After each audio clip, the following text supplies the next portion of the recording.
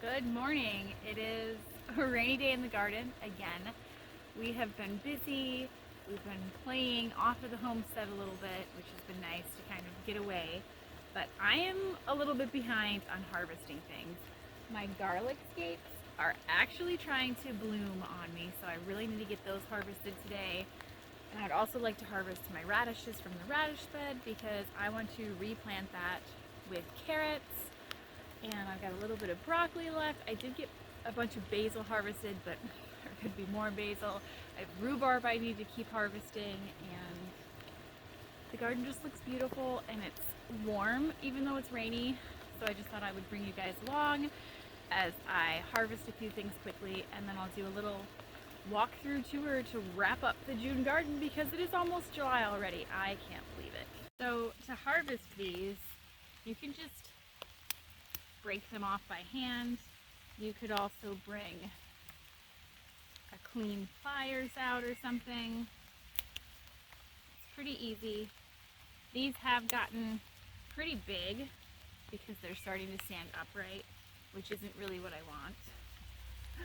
So some of it is going to be too hard really to be edible. Maybe you could make a sauce or something out of it.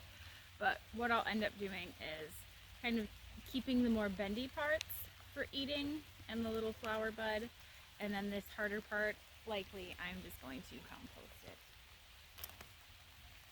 Some of these I have harvested already. And you do want to make sure you keep a little bit of a grip towards the base when you're pulling to snap, because you don't want to accidentally rip out your garlic before it's ready to be harvested. That would be sad. I'm not going to harvest all of these today because I do have almost 200 garlic cloves in the ground. I'm just going to harvest the big ones that are getting really close, especially these ones that are pointing up. They're really getting close. You don't want them to flower because it's wasting the energy of the plant. You want the energy to go into making the garlic cloves and a nice big bulb for you instead of flowering.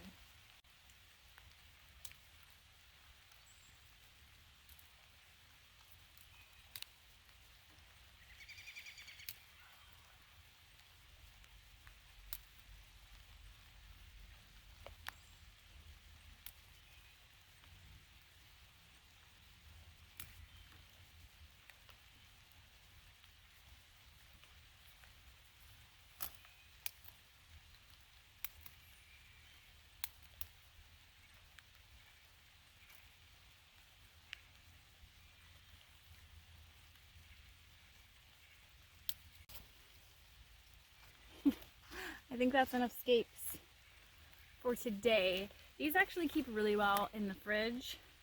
And then for eating, I like to just, like I said, cut the more bendy parts. This hard end isn't really going to get a nice texture for eating at this point because I've let these get pretty big. But I just saute mine with a little bit of butter and salt until they're kind of brown and crispy. I cut off the very skinny tops because it'll just be like a burnt piece. Otherwise, a lot of people like to use these for pesto. I haven't tried that yet because I just love them sauteed so much. And then I'll probably freeze some of these because I have a lot and there's probably twice this much still out here. And I'm really the only one in the family that eats them. So I need to save some for the winter, I think. Now let's go look at my radishes and then we'll go over to the group. So I am in my radish patch. These need to come up. Some of them have started sprouting, trying to go to seed. Oh, that's pathetic. That's more like it. But some of these are sprouting. I'm just going to give that one to the chickens and trying to go to seed. You can eat the seed pods if you let it go to seed. We tried that last year because ours bolted so early last year. And the seed pods are good, but we don't eat those as readily as we will eat the actual radish. So I'm not going to be letting mine go to seed anymore in the future. It's just not worth it for us. But I'm going to get at least most of these harvested. I do have a row of watermelon radish. Woo! If I don't fall over. a row of watermelon radish on the back that get quite a bit bigger, but they take longer. So I only have a few that germinated. I'll pull one up and see if I think they're ready. If not, I'll leave the rest of those. Those do a little better in the heat. I can't balance on my toes very well. I'm gonna flop over. But the rest of these I'm going to harvest. I always just give the greens to the chickens or the compost pile, and then keep the radishes and we'll eat them. Some of them have definitely split because we've gotten a lot of rain recently. That's okay, I'll just wash it off, cut any parts off that might be bad. But let's harvest the radishes before I tip over.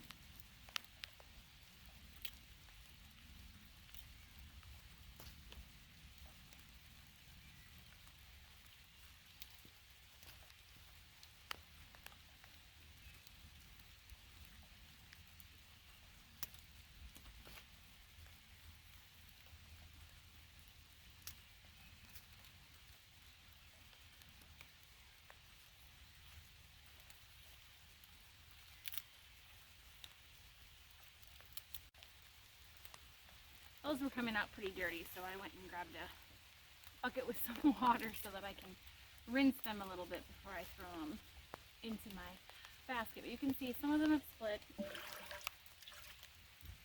Not a big deal, as long as they're not, you know, mushy and moldy or there's no bugs crawling around inside of them. It's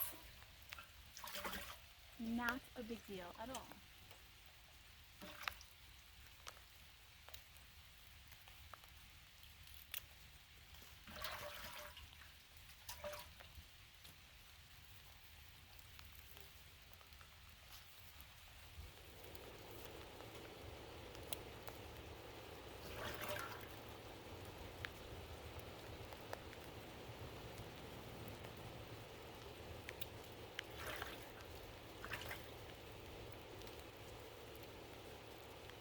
That one looks chewed on a little bit.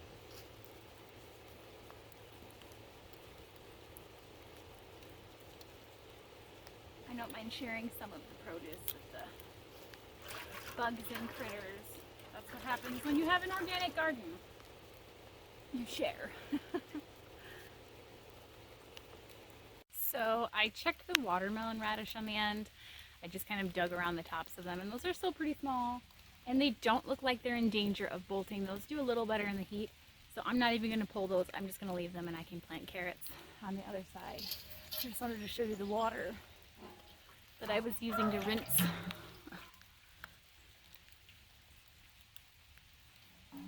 Pretty gross.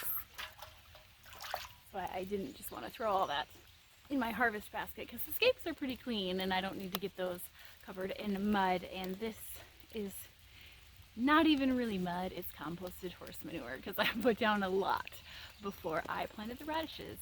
So I don't need my scapes covered in horse manure, but oh well. Let's go check out the rhubarb. Here's my row of rhubarb. I did have a harvesting video earlier in this gardening season, but I am trying to keep up on harvesting it a little better this year. Because what happens is I usually do a spring harvest and then I leave it, which is silly because you can keep harvesting it all summer if your plants are big enough. But usually I leave it and then the Japanese beetles just eat it and we don't. And that's kind of a waste. And then in the middle of winter, I'm really wishing that I had rhubarb for pies and crisps and all those things. And I had just let it rot in the garden, which is such a waste. And I have my cabbages, which I don't think you can see. On this side of the rhubarb this year, and the sun goes around that way. So if I leave the rhubarb too tall, these cabbages are really going to get shaded out. So it's important that I stay a little more on top of it. So about every other week I've been coming through and really just pulling a few leaves off of each plant, and then, or a few of the stalks and leaves, it all comes off, and harvesting those. The leaves are toxic, so I just toss those. I've been kind of using them as a weed killer in other areas where I don't have any more mulch for my pathways. So I'm just going to pull a few today. I've been getting about a gallon Ziploc bag every couple weeks worth of harvest from here, so that's not too bad.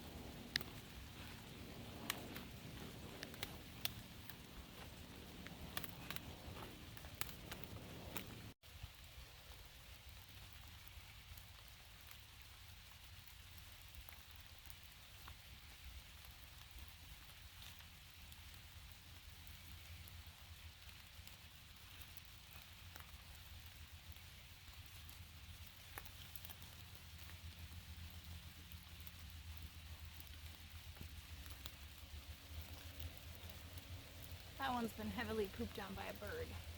I don't think I want that one. The bird can't come back and have it.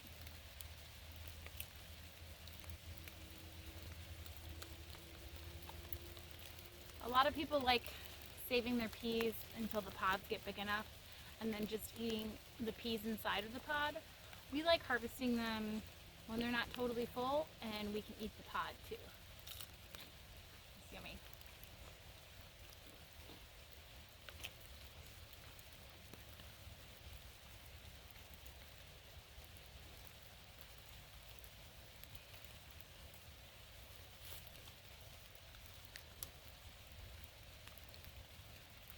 Someone's been snacking on most of those, so there's not very many. It might have been me. There's broccoli with peas growing into it. A lot of this is flowering, as you can see. The flowers are still totally edible. It just tastes like broccoli. So I don't care if it's gone to flower.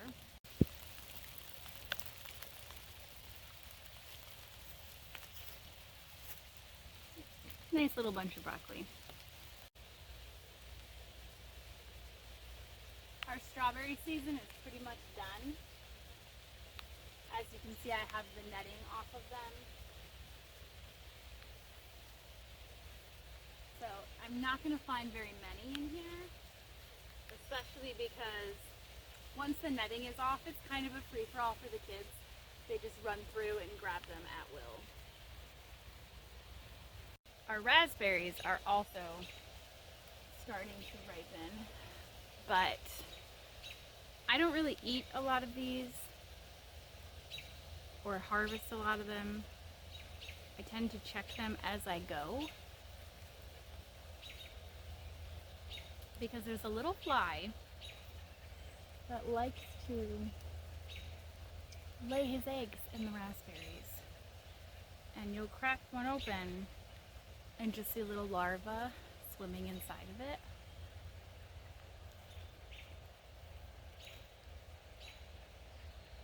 It's really gross. So I don't eat as many of those. Mostly the kids do because they don't care. Extra protein. So this is it for today's harvest. It's not a lot, but it is June, just getting into July, so I'm going to be having peppers and tomatoes and hopefully zucchini and summer squash and pumpkins and acorn squash and delicata squash and watermelon and corn and many, many, many cut flowers. So this is just kind of where it starts ramping up for us. That's it for the harvest portion of this video, and now I'm gonna take you on a tour because it's been a few weeks since I've done a full garden tour, and right now it's kind of perfect with this overcast drizzliness, because if I try and do it in full sun it gets bleached out. If I do it in the morning or afternoon we get all kinds of crazy shadows from all the trees around here. So if you'd like to stick around for a garden tour, we'll go do that now. Okay, so here is the start of the garden. Little toes. I just took my basket and my little tripod for filming out there so it's out of the way. Here's where we harvested the radishes. You can see all the greens I need to take to the chickens. I'm loving how the perimeters look right now with all the flowers. The lilies are coming up. St. John's wort, spiderwort, delphinium, salvia. It's just gorgeous. So many things. Some of my roses are blooming. That's my Japanese beetle deterrent out there. It doesn't look lovely, but the smell of other dead beetles is like a #1 deterrent for having more.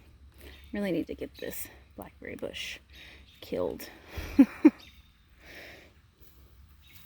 can see here's more of the anise that self-seeded. The plant is right there underneath this blackberry, and there's a few in there. There's the one in the radish patch, and then we have some out here. But yes, lots of lilies coming up. My little herb corner is getting gnarly. Last year's parsley flowered and now it seems to be dying. I'm not sure. I was hoping to leave that one just for the butterflies, but if it dies, I guess that's not going to work. Doesn't this look pretty though? Love is just like walking down a little aisle of color. And here's the catnip is starting to bloom. This is going to be a really, really dark red. You can kind of see it. It's like a blood red lily. These are the wild daylilies. They're called ditch lilies around here. I brought some of these into the garden the first year we moved here because we had them on the property, basically like a weed, and I needed some color in here without spending money, so I brought them in. My hot pink bee balm, I love this one. And the swamp milkweed is getting ready to bloom. Here's the spiderwort. Hang on, bud. The dahlias that are in the pots are doing really well. The sweet pea flowers are looking beautiful. These are toxic. These are decorative only. That's why they're in a different area, so I don't want the kids to get them confused with the sugar snap peas that we can eat. There's the rhubarb, and there you can see the little row of cabbage on the back side of the rhubarb. That's my little gooseberry plant. These are my potatoes in grow bags. These are two different types of pumpkins. This I just think is a regular pumpkin, and that is winter squash. There's actually two in there. And then I have a few more cabbages thrown in there that I couldn't fit anywhere else. Out here we have our Puka Melons. I was hoping they would wrap around this post, but I'm thinking I'm going to have the same problem that I did with the peas, and that they're too small to wrap around these. And I just should have used twine or something like that for those, but that's okay. Tomatoes and peppers looking all right. So we have Delicata Squash. I think it's either a cantaloupe or a muskmelon. Acorn squash, watermelons, sweet potatoes. I have a little helper grabbing onto my dress. Here is my sweet corn, which I did hill it for the first time this year, although it's kind of washed away a little bit. I guess you're supposed to keep hilling it every couple weeks, and that will help with stability, which when I heard of that, I was like, well, duh, that makes sense, because I've been having problems with my sweet corn blowing over the past few years I've grown it, and I was having to stake it up, which worked, but it's annoying having to stake each individual piece of corn, and hilling it makes much more sense. And it also helps with weeds and moisture, and it's just a good practice. My little row of sunflowers is doing really good, and I also have a few lilies planted in here. Oh, hello, inchworm. Are you an inchworm? I don't know, you're kind of freaky looking. Goodbye. I don't remember what color these lilies are. I planted them last year late and they never bloomed. So this year will be the first year that they bloom. But I am excited. This one got a little chewed on. For all the sunflowers that I have back here.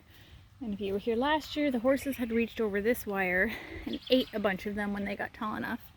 So then I added in that wire, and I'm hoping that will keep them out of it completely this year, and I won't lose any to them. Look at my little borage back there is blooming. This is my row of Gladiolas. Those usually don't bloom here until August. I did plant them all at the same time, which usually they say to stagger plantings, but they are coming up at different rates. So I don't think they're all going to bloom at once. We'll see.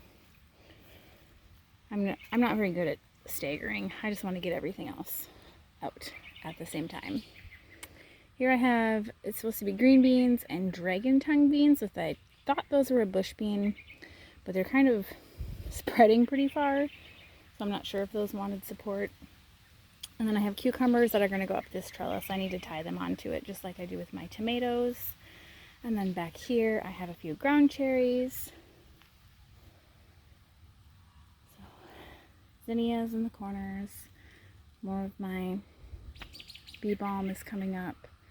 The peppers and tomatoes in this bed specifically are doing really well. I love the leaves on this pepper. This is a candy cane pepper.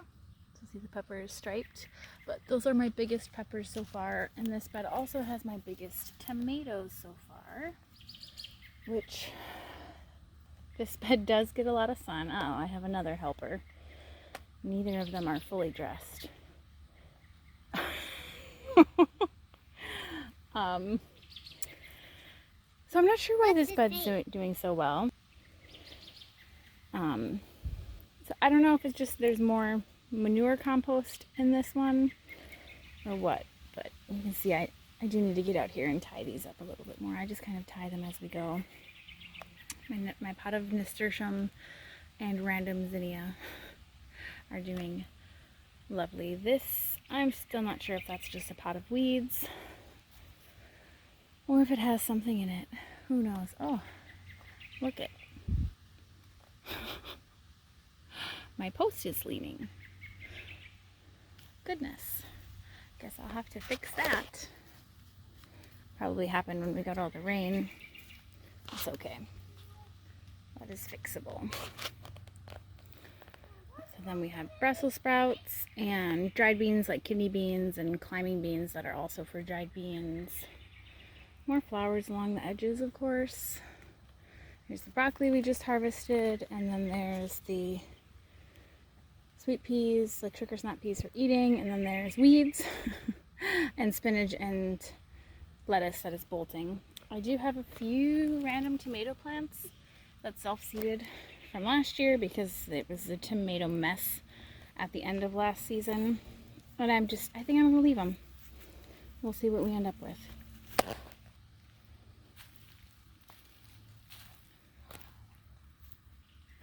The elderberry are pretty much done blooming. You can see they're going to start to form their little berries now. And then this was my little shade corner. I let milkweed grow up in the middle of it because I just didn't find a patio to work for it this year, so there's no reason to do anything with it. And there is some milkweed that snuck out into the horse pasture. I'm not too worried about it. It is toxic if the horses eat it, but I have never seen them eat it. I don't think they will. This little elderberry cove is definitely getting overgrown. Bless you. You heard the little sneeze in the background. There's a row of zinnia, and then dahlia. Here are all my onions, and then there's some leeks in between the onions, and there's a few garlic that were missed from last year. Some of these onions are trying to flower, so I've been coming through and nipping that off because I don't really want them to flower.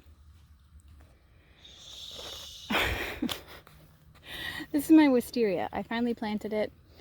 I wanted it to be able to have an archway over a path. I didn't really have a good spot to put it. That was out of the way. And I kind of wanted it to be around a center path. And the greenhouse is going to go over there when we expand into that area. So this path I think is going to get widened so that we can drive the 6x6 in here to bring in my supplies. So this will have an arch outside of that path, and we'll put in a gate right here so that there's at least one space that I can drive into, because it does get a little annoying bringing a wheelbarrow in and around all the twisty turnies in here. So I think that'll work better, but that's definitely, you know, if the greenhouse goes in this fall, then maybe next year I'll start working on that gate and path and arch and all that. Far in the future. The delphinium are blooming. I think I'm gonna try to get my end of the month flower tour video up tomorrow. I'm not making any promises, but if you want to see that, it's just I do a close-up shot of the flowers with a video clip of the flowers of every type of flower that bloomed throughout that month. And then I try to label them so you know what they are. I don't know each variety, so like these each would just be labeled Lily because I don't know exactly what variety they are. But like I have stargazer lilies down there. They're not open yet, but when those would open, I would label it stargazer lily so that you could find that specific flower if you were so inclined. But as I said, I don't know each variety because I just have so many, and I wasn't as good at labeling in the prior years when I would plant things, so I just don't know. But that is it. That is the garden on a rainy day. I have mostly naked children running around in here, just out of frame, and I have an egg customer coming soon. So I am going to wrap it up, but hope you guys enjoyed the little rainy day harvest and garden tour.